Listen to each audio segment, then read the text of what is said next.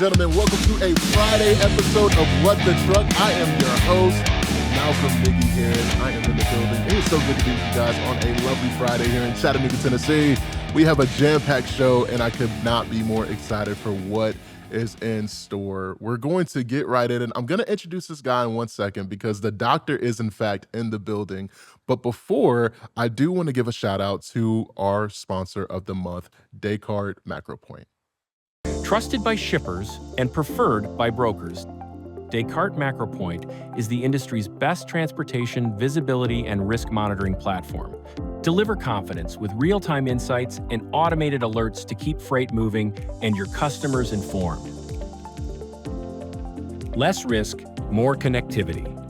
That's Descartes MacroPoint. Visibility you can trust. Every load matters when it comes to your reputation. That's why the world's top companies rely on Descartes MacroPoint for visibility and risk monitoring. Keep customers confident, freight moving, and operations in sync. Descartes MacroPoint, visibility that you can trust. Now, joining me, guys, I told you guys the doctor is in. I'm talking the Dr. Phil of trucking, Charles Gracie, a trucking vet, a media voice, the man behind Trucking Sense on SiriusXM, and he is in the building, and he is shaping the industry and the airwaves for years to come. Charles, my man, how you doing, brother? I'm good, man. It's great to be here. TGIF. TGIF, indeed. It is so good to see you, man. It's exciting. I love what you've done with the place. Thank you. I love the vibe.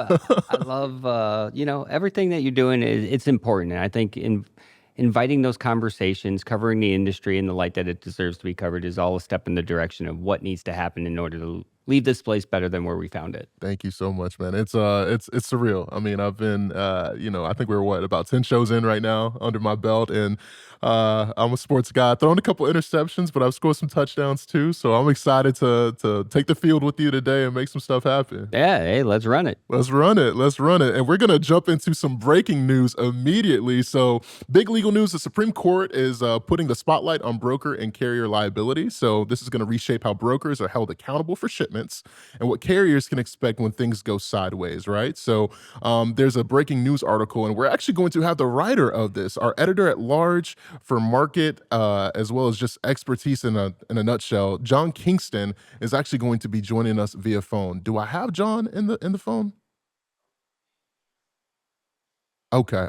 Well, we'll stay posted for John. He's going to join us any minute. But just initially, what do you think about this ruling from the Supreme Court and kind of being able to see, all right, like this is happening in the space. This is being taken very, very seriously in the space. What are your thoughts initially? Well, it had to go to the Supreme Court because you can't have these individual locations saying one thing and then someone else doing another. Can you imagine the routing nightmares based on liability alone? No. So it was definitely going to make it to the Supreme Court. But where do we stop the liability loop? Yeah. And that's kind of the name of the game. Are you holding brokers? Do you hold shippers? Do you hold receivers? And at what level do we give the broker the power to go and vet out the carriers and the drivers operating? Yeah, definitely. That was very, very well said. And to weigh in more now, we're going to have, again, John Kingston is now joining us. John, can you hear me okay? How's it going? I can hear you, Malcolm. Can you hear me? I can hear you perfectly, sir. So good to see you. And man, I appreciate you being so willing to hop on here to kind of break this story that you just wrote about on FreightWaves.com. Kind of walk us through the initial thoughts and feedback that you're seeing right now with this story. Well, first of all, I would think that it was, I'm not surprised if the Supreme Court took it up. The circuit decisions were really in getting increasingly in conflict. And, that's what the Supreme Court, one of the things they do, they look for circuit court decisions that are in conflict and that are screwing everybody up in a particular field, and they try to settle it. So I'm not surprised they took it up. They did not say, there were two requests for certiorari in front of the Supreme Court. The one they granted is Montgomery versus, and I'm not sure how to pronounce the name of the carrier, Caribe. It's spelled C-A-R-I-B-E. Yeah. In that one, C.H. Robinson was found to be protected from any kind of litigation by what's known as the safety exception of the Federal Aviation Administration Authorization Act. So that one, the brokerage was a victor. The other case that they had before them was Cox versus TQL. In that one, TQL was not the victor. They have said nothing about that. But I think the belief that's out there, I was speaking to one attorney, is that even though the Supreme Court didn't grant certiorari on it or deny it, the fact that they knew it existed and knew that it was part of the whole conflict certainly had to probably result in the decision that they made to take this case up. So the brokerage industry is finally going to get some clarification on this. Most of the decisions in the lower courts had gone in favor of the brokerages, that they could not really be dragged into litigation under the safety exception of F4A. There were two big circuit court cases that said the opposite. One was in the Ninth Circuit, Miller versus Robinson. The Supreme Court a few years ago rejected certiorari on that one. And the one I just mentioned, Cox versus TQL. So the fact that you still have two circuits that said, nope, brokerages are not protected here. That's I would say that's, perfect blend for the Supreme Court to step in and clarify. John, for our listeners and viewers, what are going to be, you think, the next steps that you see? I mean, I know you've kind of given us a breakdown, but specifically for other big-time brokerages and folks in the space, what should they be really looking out for from the coming days, coming from you in terms of writing and also edits coming to this piece that you dropped today? Well, what's going to happen here is that the two sides will file briefs with the Supreme Court. First of all, we'll look to see what they do on Cox, on the Cox versus TQL case. Then they'll file their briefs, and we'll write about the briefs, and then there'll be oral arguments. Oral arguments will probably be sometime between now and the end of the year, and then a decision might not come until March or April. So look, the brokerages have already been in a confused state. They'll continue to be in a confused state, and they'll kind of be at risk until then. But this is going to be several months before this all clarifies. But I do think we are finally going to get some clarification. And John, what do you think that clarification is going to be based on your expertise in this matter? Well, I don't know. I mean, I don't know how the court will rule. Look, here's the basic issue. So the Federal Aviation Administration Authorization Act, the F4A, passed in 1994, prevented a state from taking any action that could affect a, quote, price, route, or service. Okay? There was a safety exception in it. The safety exception basically said if the provider of transportation acts in a reckless or negligent manner, they can still be, I won't say I'm not necessarily prosecuted or, have legal action against them under state law. The fact that they acted in an unsafe manner, the price, route, or service part of F4A does not protect them. The issue is that the safety exception has a term in it which says that the rule is basically with respect to motor vehicles. The question is a broker that hires a motor vehicle a motor vehicle? Most courts have said no. There are two that have said yes. The one in Miller, like I said, in the Ninth Circuit, and the one in Cox versus TQL. That's the problem. So the clarification you're going to get from the court, I would think, would be whether the safety exception of F4A actually meant to drag in brokerages or it meant to protect brokerages. That really is the issue. So, we'll be writing about the briefs. The two sides will, and actually be more than two sides because there'll be amicus briefs, and we might be four sides if they take on Cox versus TQL. We'll lay out their arguments why a brokerage should be considered a sort of a motor vehicle under the safety exception or why it should not be. That really is the argument. That's the case. Yeah. Editor at Large, John Kingston. John, thank you so much for jumping in here and really breaking this news for us. I really do appreciate it. Looking forward to seeing you at F3 as well. Can't wait for it, Malcolm. Yes, sir. Thank you so much. Again, John Kingston, editor at Large here at FreightWaves. So a lot of slippery slopes there, Charles. As is trucking today, man. Dude, like that's a lot going on because, I mean, this can really go multiple ways. And the one thing I heard and my eyes kind of perked up, I'm like, considered a motor vehicle, like a brokerage like that. I don't know. Being in the space, like I get it, but also there's so much kind of jargon and lingo that can be kind of misconstrued. Well, and you've seen the brokerage side. Yeah. Can you imagine being a broker and being liable for not only gauging the carrier based on their safety record, but what about each individual driver? You'd want at that point, if you're liable, the MVR, the PSP of every driver, and how many carriers are going to allow a broker to run that on their drivers, and how many drivers are going to allow a broker to run that on them. Man, and there's so many different variables when it comes to that because I mean, you talk about it and think about these big brokerages, the TQLs, the CH Robinsons. I mean, there are hundreds of thousands of carrier partners. You can't be responsible for all that in good Mm. faith. There's just no way. So no, I'm super intrigued about this story for sure.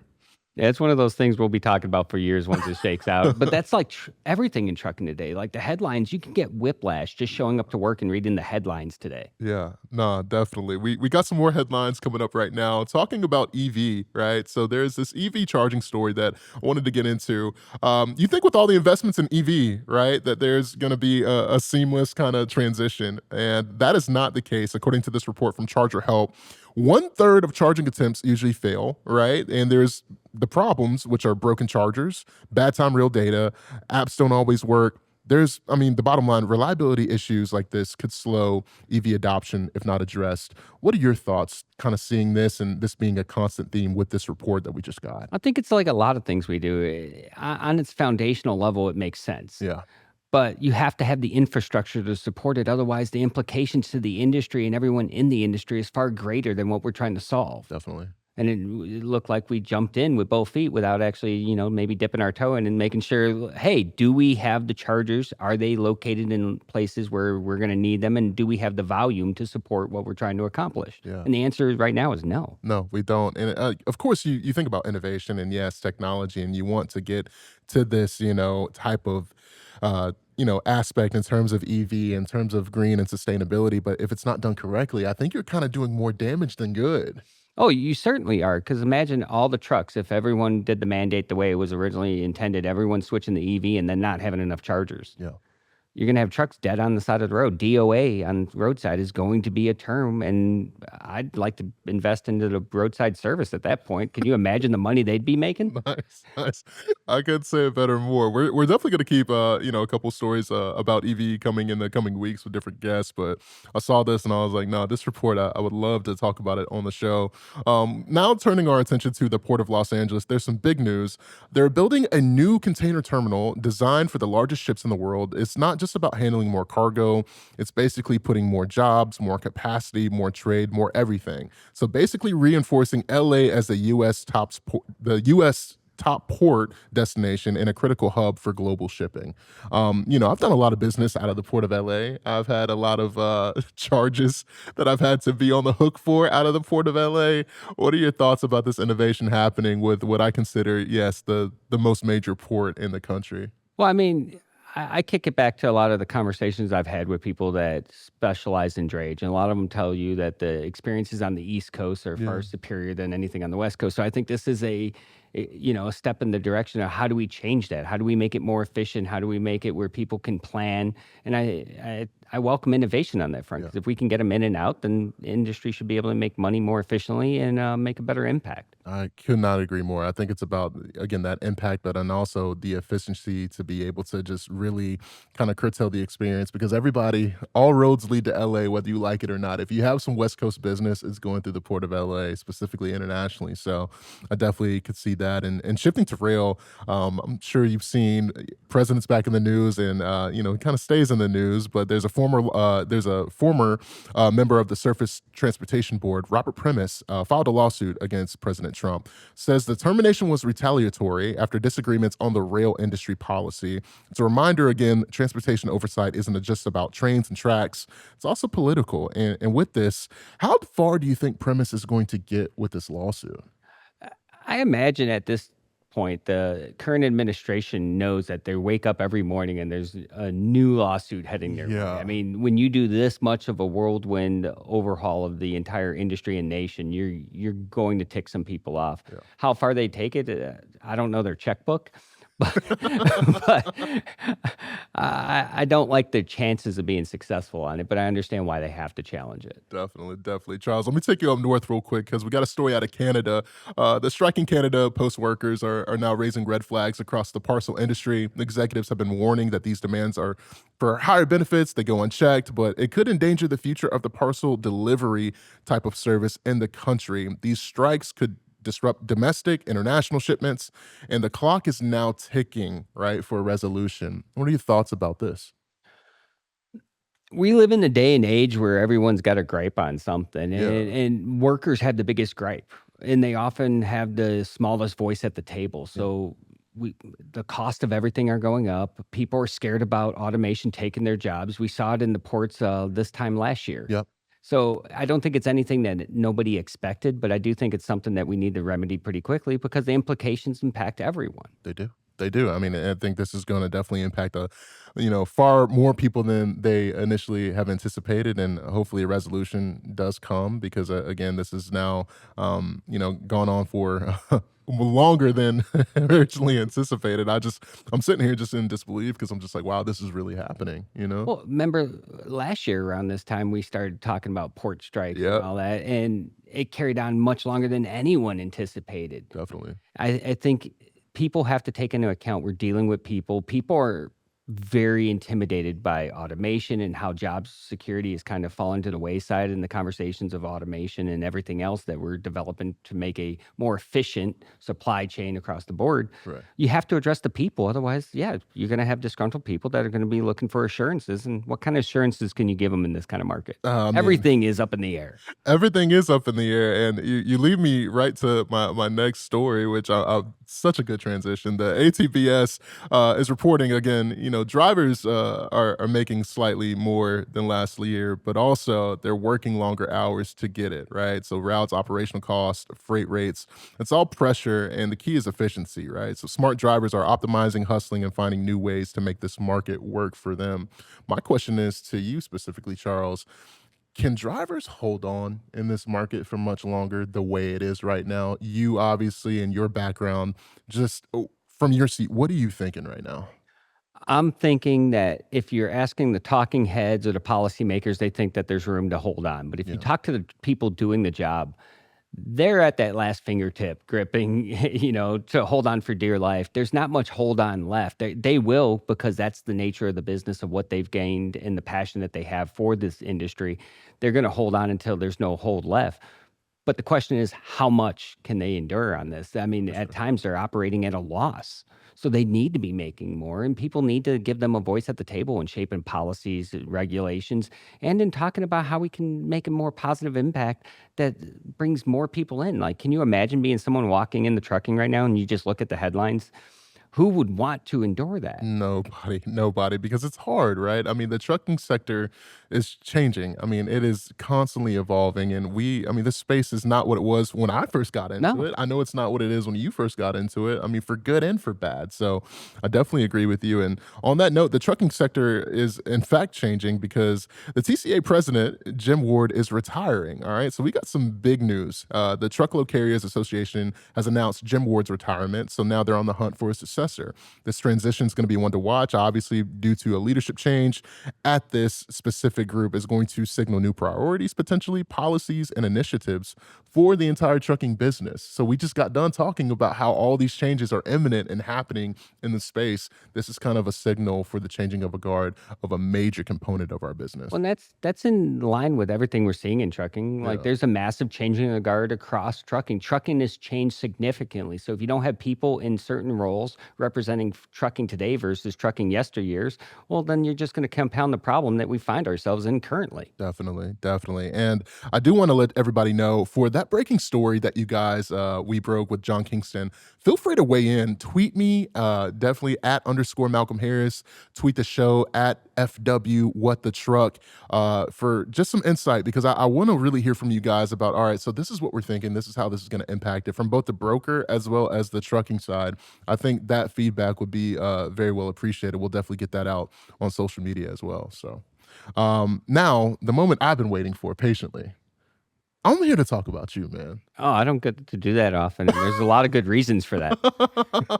I'm here to talk about you because we talk about the industry and it being wild, but you've had the wildest, I think, story. And, I did a lot of research. You went Navy, you've been a driver, now a radio host, a media personality. And when you look back, what's the one piece of thread that's held this thing all together and kind of put Charles Gracie, in this moment with me right now with the truck? So honestly, there's a piece missing out of that a lot of people don't know. So okay. I was never going to come into trucking. I grew up in trucking. I had made a decision at an early age. Nope, don't want to do this. Yeah. Watched my dad do it. So I went into culinary. No, you did not. I did too. You're, Yeah. you're a chef. I'm certified, got a degree in hospitality and culinary management. And believe it or not, as much as I hate to admit to it, Yeah. I will give you this tidbit. I was really good at cake decorating. I hated it. That is so dope. Really, really good at cake decorating. The trick with that is very few actually can make a meaningful living as in the restaurant business. One of my first gigs out of college was working for a celebrity chef out of Chicago. Wow. So I had done that for years, and the reason I found success in trucking outside of the cab was I took what I learned in the hospitality industry of service first. Yeah. And that has been the most positive impact that I've been able to have on trucking. Is most often it's become transactional over the years. So whether I was in the cab, whether I was in the office, whether I was building my own company, or even on the shows, it's service first. And that has served me very well. And it's my number one piece of advice is quit being transactional, but be intentional and be people orientated, and you'll do okay. Definitely. What was the moment that you kind of were just like, you know what? I'm planting my flag like Baker Mayfield in Ohio State. I'm here. This is my industry and I'm not going anywhere. What was the moment for you? It was when I built my own company. I'd worked as an executive for carriers. I'd been a driver for carriers. But when I started my own company to fill a void on the driver recruiting and consulting side, I'd realized how much of the industry had rallied to me. I was Yeah. the underdog, but they showed out for me. They showed up each and every day and they gave me a chance. And what other industry can you go into and say, hey, I'm going to get what I put into it? No one's going to give you anything Right. in this industry. But if you roll up your sleeves and put in the sweat equity, Yep. you can get whatever you want out of this industry. Might not come as quick as you wanted, but you can get it. I can double down on that and say that is absolutely true. It's happened for me. It's happened for you. So many people that I know. So definitely. Your background also includes some time in the military. Yeah. How did that shape you for right now and what you've gone through? I mean, what was that process like? Effective communication in the most blunt way possible. Yeah. And it was detrimental to me early on, like not as a driver, but early on as an executive, getting out of the truck, having that experience as a truck driver, and also just being blunt in the military. Yeah. It's not necessarily welcomed in all scenarios, but sure. Eventually people would understood that I'm going to be blunt. I'm not going to be the scalpel. I'm going to be the jackhammer. Yeah. And once they understand that the intent behind that was positive, it made it super easy for me to get to the nuts and bolts of what was going to be impactful to my clients, to my partners, to the people in the industry. And I welcome that. It wasn't an easy transition, though. Like there's people that you definitely need the scalpel. Instead, you get me, and I'm the jackhammer. And once you understand that the passion behind that, and that is what it is. It's strictly passion. I am very passionate about the industry. I love the industry. And I just want other people to understand that there's people out there that will communicate like that because they're passionate, and you want that passion. I'd rather have someone that's passionate than someone that's transactional any day of the week. No, I mean, I think passion is what precedes you, right? And people can feel that in anything you do. And I feel it right now while I'm sitting here on set with you. Like it's genuine passion. It's not a transaction. And I think that leads me into my next point about credibility. You've built up credibility because you know what you're talking about. How have you been able to kind of help shape how people perceive and receive that voice from you now to be like, all right, hey, Charles Gracie, that's my guy. I can go to him for everything. It's authenticity. I'm not going to tell you what you want to hear. I'm going to tell you what you need to hear. And sometimes that's exactly what you don't want to hear, but Yeah. I'm not here to sugarcoat it. And we live in a day where sales is incorporated into everything. For sure. So there's a lot of fluff out there. No, there's so much. So much. And people they're fatigued with the fluff. They're fatigued with the fake people. They're fatigued with the fake promises. Authenticity wins in this market. Authenticity generally wins in any market. And that's what I've tried to not only advocate for people to go out there and present, but also to facilitate conversations where that can take place. Right.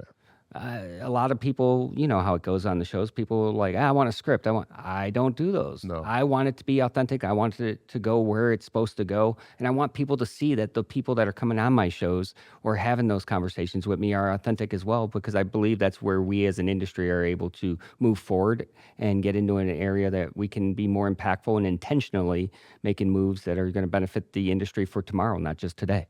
Now, doctor, and have you always been this way in terms of just personality? Because I'm thinking about like the younger version of yourself.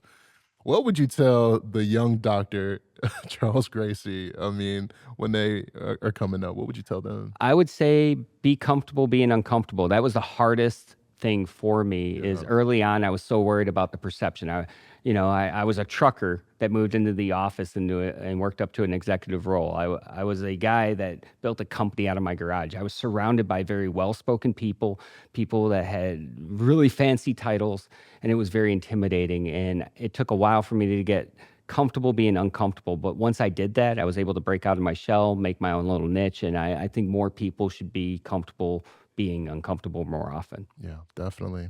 Now, transitioning to our lovely city here in Chattanooga, Tennessee, what drew you into Chattanooga? You have some Chicago ties. I don't know if you saw the show on Wednesday, but Tyler Montgomery with Scout Freight said that, hey, Chicago is great, but it'll never be Chattanooga. What are your thoughts about Chattanooga? Is it considered Freight Alley? I mean, talk to me in comparison to Chicago. I want to know all the lore. So for me, when I was wee little Charles, I lived in Dalton, Georgia for a period Okay, of time. shout out to And the then carpet capital of the world. yeah, Yeah. my family had migrated up for my dad's job out of Chicago, and I spent most of my life in Chicago. And Chicago was a fantastic place to build my footprint in the industry. You have so much happening there, so many opportunities. You can spit and find a job as long as you're willing to work. For sure. Moving down to Chattanooga, I'd always been wanting to come back down south. It has been calling to me for as long as I can remember. It just took me convincing my wife, and it took her saying maybe once. I had the house up for sale. I had her dream house found. We got outbid 5 times, found another 5th dream house for her, and we moved within 30 days. Holy cow. I did not want her to change her mind. So you were just all in. You're just like, hey, Yeah. like this is happening. Well, it has been calling to me for a while. I have a son. I wanted to slow down. The thing about Chicago is, as wonderful as it is for opportunities, it is a 24-hour city. Yeah. It is exhausting. Outside of just a workspace, just being in Chicago is exhausting. At least for me, that was my experience. As much as it's given me, I was ready to slow it down. And I can drive around Chattanooga and just appreciate not only the scenery, but the people, the slower pace. And it allows me to decompress. At times, I find myself just hopping in my truck and driving around with the tunes going. For sure. And I love that. I do the same thing, and I absolutely love it. When it comes to Chicago too, like you said, it's a 24-hour city. With all the per capita companies and logistics here, do you truly think that Chattanooga is going to be set up for success to be Freight Alley? Oh, absolutely. And you just look at all the new companies that have come into this location, this community in the time I've been here. I've been here just over 3.5 years. And in the time I've been here, I've seen it grow substantially. So Yeah. imagine where it's going to be 10 years from now. gonna And then you got man. companies like FreightWaves here just building the awareness of all Chattanooga has to offer. Yeah, definitely. Let's jump into the freight game for a little bit, talking about freight waves. What's the biggest issue right now in terms of what you think when it comes to trucking that nobody is saying out loud? Everybody knows this thing is true, but nobody's saying it. So a lot of people want to talk about barriers to entry when it comes to drivers. Yeah. I want to challenge everyone to think about barriers to entry across trucking as a whole. That means brokers, that means carriers, that means drivers. We have been at a race to the bottom with very low barriers to entry as an industry, and we're seeing we don't have the supply chain we want. We have the one we deserve, though. And it provides instability. It provides a lot of volatility. And I think as we start to look in the mirror and say, what can we do better? I think the answer is truly barriers to entry that represent the industry we want. Definitely. Now, I want to talk about a topic that's very close to both of us. That's recruiting, right? You've been in the game, and you've been successful, and I want you to talk about what has changed, what has evolved for the better and for the worse. Like, what still feels stuck, like we're in 2005 when it comes to recruiting, but what also has evolved for the better in the recruiting space? So it's interesting because when I look at recruiting overall, it is more transactional now than it's ever been, in my opinion. Yeah. And it feels very depersonalized. And we're dealing with people. The number one thing when we get into recruiting, I try to tell everyone, is you're dealing with real people, with real families. Really understand the intricacies of how much you touch them in that process. And you want to leave a positive impact as your organization and as a person. And before they ever buy into the organization, guess who they're talking to? The recruiter. Yeah. You are the first human contact in that process. So remember, you're dealing with people, and remember how intimidating that process is sitting on the other side. Definitely. I always say that the recruiter is the official doormat of any organization. That's how it feels at most times too. You're the official. I see what you did there. But you're the official doormat, right? So like if this doormat is dirty, if it's not well put together, if it's not symbolic of what your organization is, you can kind of tell like, all right, this is not going to be where I want to be. So I think recruiters, and I try to be like this, and I know you're like this, just very personable, being honest, being upfront, but also being a person. Like this is just, I mean, you're spending more time away from your families at this organization than you are, you know what I'm saying? And as a recruiter, you have an obligation to know where your company wins, but you also need to know where they lose. Yeah. And you have to be prepared to have those conversations. One thing my dad taught me at an early age is if you want to bring a value to a relationship, think of how many people come to a relationship with problems. Now think of how many come with solutions. Be the solution. Find a way to connect the dots, and that brings an immediate value proposition to any relationship. And I challenge every recruiter to do that with their applicants, no matter what they're hiring for. Ask them what their problems are and read in between the lines and connect what you offer to those problems and how you become a solution. And then you're going to form a relationship that can last and be prosperous for all sides. The doctor is in the building. If you had a magic wand right now and you could change one thing about the industry, what are you changing? Talk to me, Charles. That's a tough one because, like my culture side, I want to erase dollar signs and put people. Yeah. But I really strongly believe right now in the industry needs an overhaul on the barriers to entry. I believe the supply chain we have right now is a direct representation of shortcuts. And I really want to see the barriers to entry be raised across the board to provide stability for the people, because this industry is full of amazing people. Yeah. Just everywhere you look, absolutely amazing people. How can you not be passionate when you look at all the different vectors in this industry and see all the passion that drives it forward, no matter how turmoil driven it can feel at times? Yeah. I mean, it is a pretty volatile market out there. It is. And yet people show up each and every day with a smile. Working hard. And that's hard to do, specifically in this industry right now, in this market, to be able to show up each and every single day. It's a testament to everybody's grit and perseverance, you know? Absolutely. If to me, when it comes to the industry, your thoughts of, all right, are we being real, right? Are we being real as an industry, as a platform? Are we still sugarcoating when it comes to like the real truths about what's behind the curtain when it comes to this industry and supply chain? I think most are being real. I think it's the first time in a long time we can say as an industry, we're being very honest. We're presenting the image of what we are versus what we wanted to be. Sure. We're having conversations that were long overdue, and we're seeing the impacts of that. Yeah. We're starting to see, the plethora of regulation corrections that are happening out there, and at times it feels like a whirlwind. Now, I think we're at an interesting pivotal moment as well as an industry. You see all of this. Now, is it going to be implemented correctly where we can see longevity behind it? Or are we going to create a new plethora of problems because we Mickey Moused it together the whole time? Yeah. I could see the Mickey Mouse Clubhouse fan in some people's space right now too, for sure. Yeah, it is. It's very complicated when you look at it. And I don't think any one person has any solution that can fix all of it. I think it's going to take a combination of conversations, opinions, and expertises to make this into something that's worth leaving the next group of people. Because I got a son that's in the supply chain program in high school. Wow. He's a freshman in high school, and he's decided, I want to be in transportation. Yeah. I want to make sure that what he inherits is something worth inheriting, and it's not just something that needs to come with a lifetime supply of Advil. Wow. That is a moment. That is a clip-worthy moment if I've ever seen it. Let me talk to you about your kind of, and you just brought it up, but like, how do you balance all this? Because I was going to talk about media in a minute and all about Trucking Sense, but you're a father. You have all your hands on all these different businesses. How do you stay so present as a father and just doing the whole family thing too?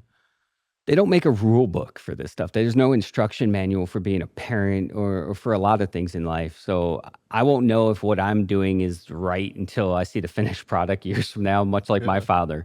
But what I hope to be achieving here is I'm very transparent with him. I don't shield him from anything. I know he's interested in coming into this business. Yeah. So I share the good, the bad, and the ugly with him. Even in contract negotiations for like my employment, selling my company, he was front and present. My wife was front and present. Really?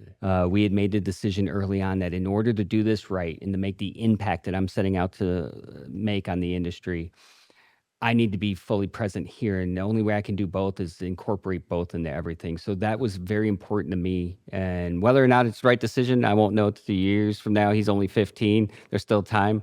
I do give him a bit of a complex. I'm like, listen, all my eggs are in this basket. So you have to live. You have to not wind up in jail, and you have to be around because I'm too late in the game to start over. No, definitely. I give my sister, she's 16, and I give her like the same ultimatums, and it's 100%. Let's kind of transition to media, trucking sense. How did this come to life? Where was this, this whole, I feel like you've lived like 5 different lives. Like we haven't even talked like really and dove into it, but what made you want to step behind a microphone and do what you're doing so well right now, which is speaking to the people? Lack of better listening options. No, no, seriously, it was never in the plan. I'd love to tell you that 10 years ago, I laid this master plan out and I'm a genius. That's not the case. It's like many things in this business. Opportunities presented themselves, and I have a rule. If the opportunity resonates within me and it sparks a passion, because that's how I've been driven, so I'm very aware of that. If it sparks a passion behind it, I'm game. If it's sustainable and it's positive, I'm game. And then, God willing, it's part of the plan. Obviously, everything happens for a reason. I truly believe that. So if all those boxes are checked, then, and it makes sense, then I go for it. I've gotten comfortable being uncomfortable. And sometimes that's really worked out in my benefit. Trucking Sense was one of those things. I was already doing the podcast Cents Per Mile and all that. That was a new experience for me. I never thought I was at the caliber of the likes of you or Kaylee or Thomas. Like, these are people that I think are very well spoken. I did not think I fit in the same realm. I actually, at one point when I was doing the podcast, reached out to a radio personality and wanted to kind of do a collaboration. And they said, you don't have what it takes. And then fast forward 2 years, and now I'm a household name on Sirius Road Dog Trucking Radio for 3 hours a day. Yes, sir. Yes, but it wasn't in the cards.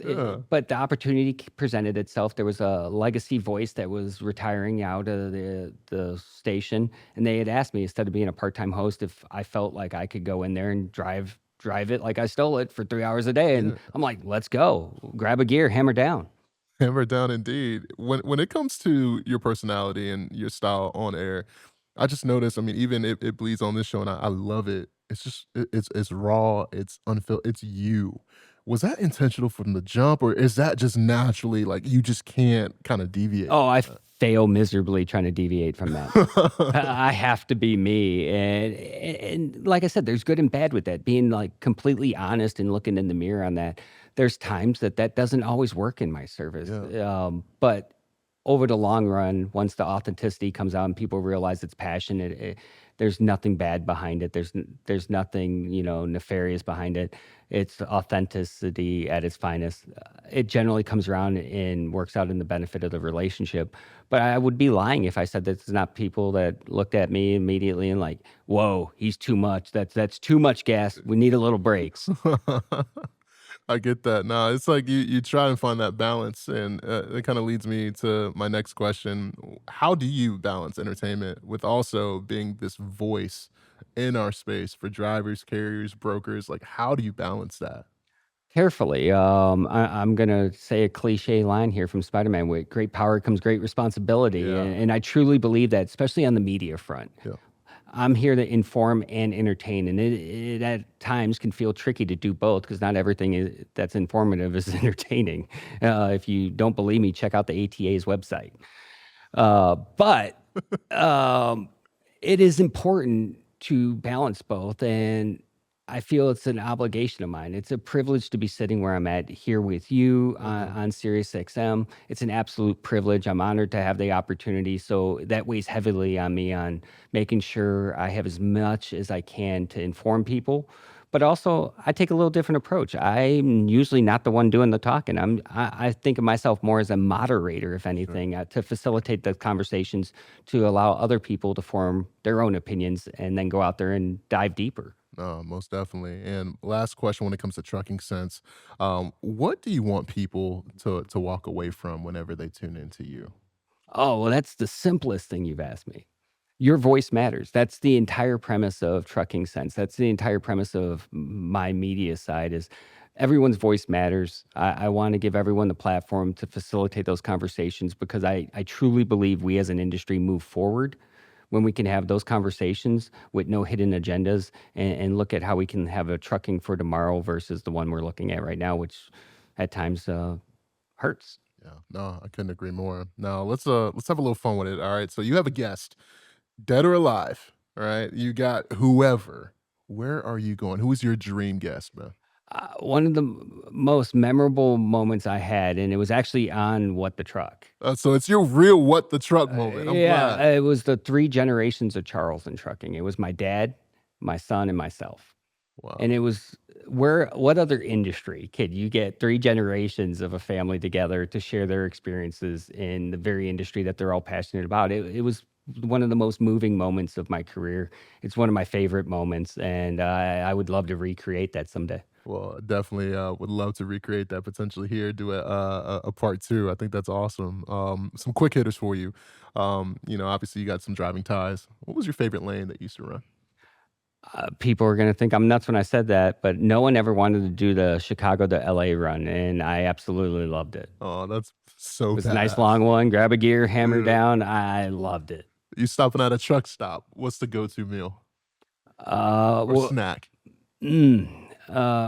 Luckily, I've recovered from my time in the truck, but I was a sucker for the little rollers, the little taquito things. I love them. I was a sucker for the buffalo and blue cheese ones. Yep.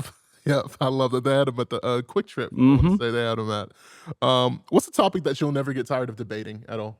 The driver shortage. Nice. One piece of tough love for folks that are leaders in the space right now. Ooh. Shut up and listen. Oh, shut up and listen. Holy cow. I love that answer. Finish this sentence for me. The future of trucking is What we make it. And finally, Charles Gracie, your final prescription from the doctor. All right. For anyone tuning in today, where can listeners find you if they want another doctor visit? Well, you can find me on Cents Per Mile every Wednesday at 11:30 Eastern right here on FreightWaves, or you can find me on SiriusXM channel 146 from 3 to 6 p.m. Eastern every weekday for Trucking Sense. You can also find me on LinkedIn. I'm pretty easy to find, either Charles Gracie or the Dr. Phil of Trucking. Hey, man, the Dr. Phil of Trucking has been in the building.